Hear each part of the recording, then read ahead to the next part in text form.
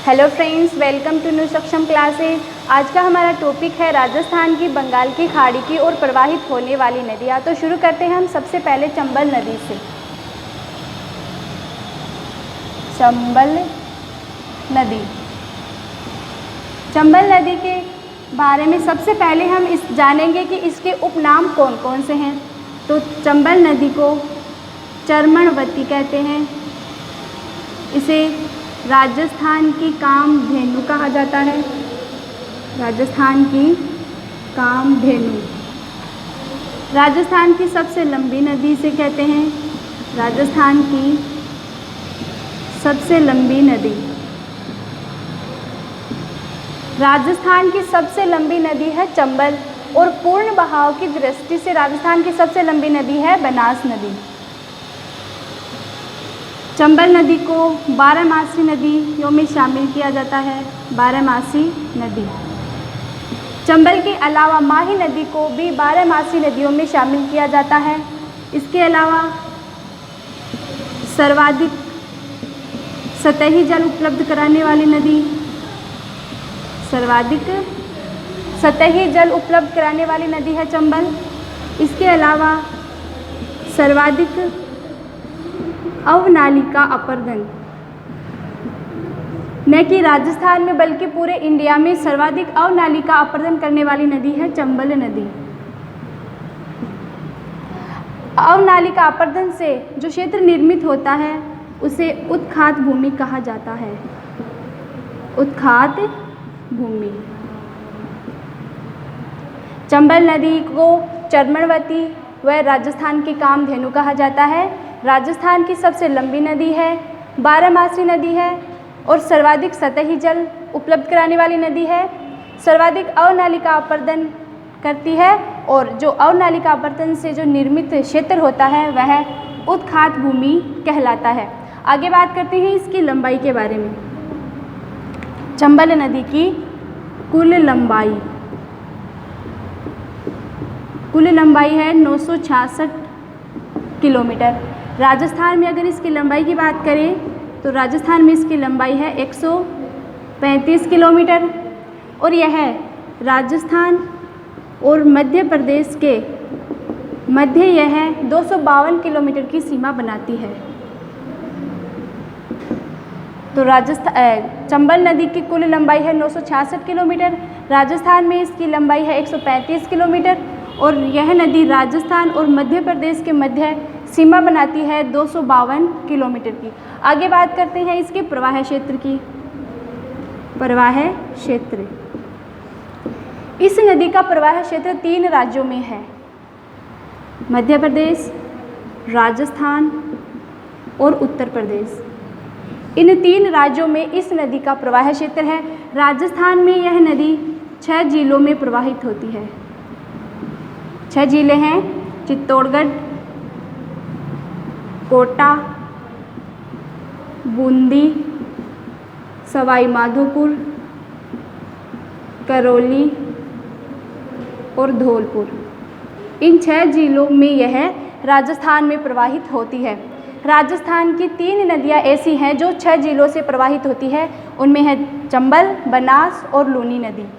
ये हमने चंबल नदी की सामान्य विशेषता के बारे में पढ़ा कि चंबल नदी का चंबल नदी जो है इसे चर्मणवती और राजस्थान की कामधेनु कहते हैं। राजस्थान की सबसे लंबी नदी है, बारहमासी नदी है, सर्वाधिक सतही जल उपलब्ध कराती है और सर्वाधिक अवनालिका अपर्दन इससे होता है और अवनालिका अपर्दन से जो निर्मित क्षेत्र होता है वह उत्खात भूमि कहलाता है। फिर हमने इसकी लंबाई के बारे में बात की। कुल लंबाई है इसकी 966 किलोमीटर। राजस्थान में इसकी लंबाई है 135 किलोमीटर और राजस्थान व मध्य प्रदेश के मध्य यह 252 किलोमीटर की सीमा बनाती है। इसका प्रवाह क्षेत्र 3 राज्यों में है, मध्य प्रदेश, राजस्थान और उत्तर प्रदेश। राजस्थान में यह 6 जिलों में प्रवाहित होती है, चित्तौड़गढ़, कोटा, बूंदी, सवाई माधोपुर, करौली और धौलपुर। अब बात करते हैं हम चंबल नदी के उद्गम स्थल और अंतिम स्थान के बारे में और बात करेंगे कि कौन से जलप्रपात और बांध इस नदी पर बने हुए हैं, कौन कौन सी इस नदी की सहायक नदियाँ हैं। तो शुरू करते हैं हम चंबल नदी का उद्गम।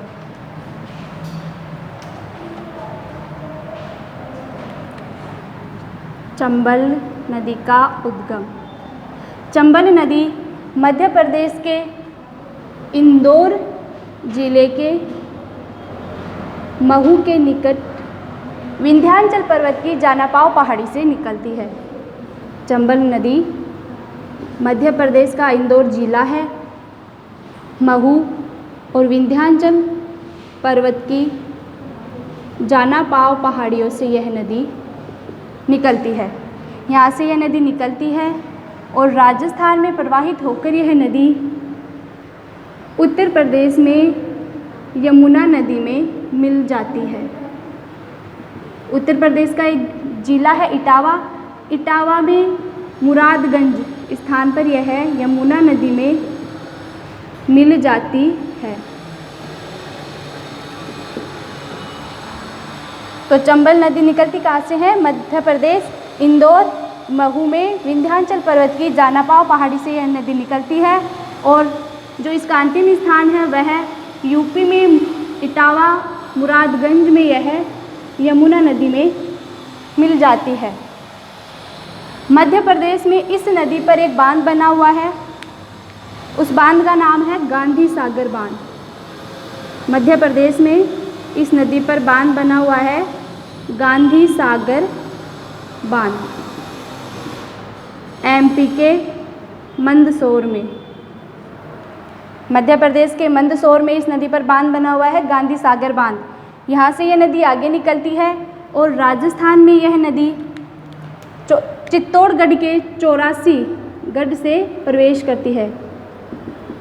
चित्तौड़गढ़ के जिले से एक स्थान है 84 गढ़, यहाँ से यह राजस्थान में प्रवेश करती है। यहाँ से ये नदी आगे निकलती है और इस नदी पर 2 जलप्रपात बने हुए हैं। यहाँ पर इस नदी पर 2 जलप्रपात बने हुए हैं। पहला जलप्रपात है मैधार जलप्रपात। मैधार जलप्रपात। दूसरा जलप्रपात है चूलिया जलप्रपात। चूलिया जलप्रपात यह राजस्थान का सबसे ऊंचा जलप्रपात है। सबसे ऊंचा जलप्रपात है और 18 मीटर इसकी ऊंचाई है। चित्तौड़गढ़ में बना हुआ है। यहाँ से यह नदी आगे निकलती है और फिर इस पर एक बांध बना हुआ है राणा प्रताप सागर बांध। राणा प्रताप सागर बांध जो कि रावतबाठा चित्तौड़गढ़ में बना हुआ है। राणा प्रताप सागर बांध रावतबाठा चित्तौड़गढ़ में बना हुआ है। यहाँ से ये नदी आगे निकलती है और कोटा ज़िले में प्रवेश कर जाती है। कोटा ज़िले में इस नदी पर 2 बांध बने हुए हैं, एक जवाहर सागर बांध और एक कोटा बैराज बांध। एक बांध है जवाहर सागर बांध, जवाहर सागर। दूसरा बांध है कोटा बैराज। इस प्रकार से चंबल नदी पर 4 बांध बने हुए हैं। एक बांध बना हुआ है मध्य प्रदेश में, गांधी सागर बांध मंदसौर में है। एक राजस्थान में इस पर बांध बना हुआ है रावतबाठा चित्तौड़गढ़ में राणा प्रताप सागर बांध। और कोटा ज़िले में इस नदी पर 2 बांध बने हुए हैं, जवाहर सागर बांध और कोटा बैराज बांध। अब बात करते हैं हम चंबल नदी की सहायक नदियों के बारे में। सबसे पहले बात करते हैं हम बामनी नदी के बारे में। बामनी नदी। बामनी नदी का उद्गम हरिपुरा गांव, हरिपुरा गांव चित्तौड़गढ़ से यह नदी निकलती है। बामनी नदी हरिपुरा गांव से यह नदी निकलती है और यहाँ से निकलकर यह नदी चित्तौड़गढ़ में एक स्थान है भैंसरोडगढ़, वहाँ पर यह चंबल नदी में मिल जाती है। चित्तौड़गढ़ में एक स्थान है भैंसरोडगढ़, यहाँ पर यह चंबल नदी में मिल जाती है। बामनी नदी जो है चंबल नदी की सबसे पश्चिमी सहायक नदी है। बामनी नदी चंबल की सबसे पश्चिमी, बामनी नदी चंबल नदी की सबसे पश्चिमी सहायक नदी है। इसके बारे में इसकी अगर एक विशेषता को और अपन देखें तो बामनी नदी और चंबल नदी के संगम पर एक अभयारण्य स्थित है, भैंसरोडगढ़। चंबल नदी और बामनी नदी के संगम पर एक अभयारण्य स्थित है, भैंसरोडगढ़ अभयारण्य। इसके बाद में बात करते हैं हम मेज नदी के बारे में। मेज नदी, मेज नदी मांडलगढ़ भीलवाड़ा से निकलती है। मांडलगढ़ भीलवाड़ा, यहाँ से यह नदी निकलती है और कोटा में एक स्थान है भैंसखाना, वहाँ पर यह चंबल नदी में मिल जाती है। कोटा में भैंसखाना स्थान पर यह चंबल नदी में मिल जाती है। इसके बाद में बात करते हैं हम चंबल की दक्षिण की ओर आकर मिलने वाली सहायक नदी के बारे में। दक्षिण की ओर आने वाली इसकी सहायक नदी है काली सिंध नदी। काली सिंध नदी, काली सिंध नदी मध्य प्रदेश से निकलती है, देवास जिले के बागाली गांव से। मध्य प्रदेश में देवास जिले के बागाली गांव से यह नदी निकलती है। राजस्थान में यह नदी झालावाड़ जिले से प्रवेश करती है। झालावाड़ में एक स्थान है रायपुर। रायपुर के बिंदा गांव से यह नदी राजस्थान में प्रवेश करती है। यहाँ से यह नदी आगे निकलती है और ननेरा गांव में यह चंबल नदी में मिल जाती है। ननेरा गांव कोटा जिले में स्थित है, यहाँ पर यह चंबल नदी में मिल जाती है।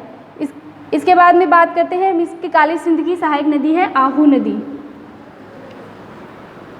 आहू नदी, आहू नदी मध्य प्रदेश से निकलती है और राजस्थान में झालावाड़ जिले से प्रवेश करती है। काली सिंध में यह नदी मिल जाती है गागरोन दुर्ग के पास।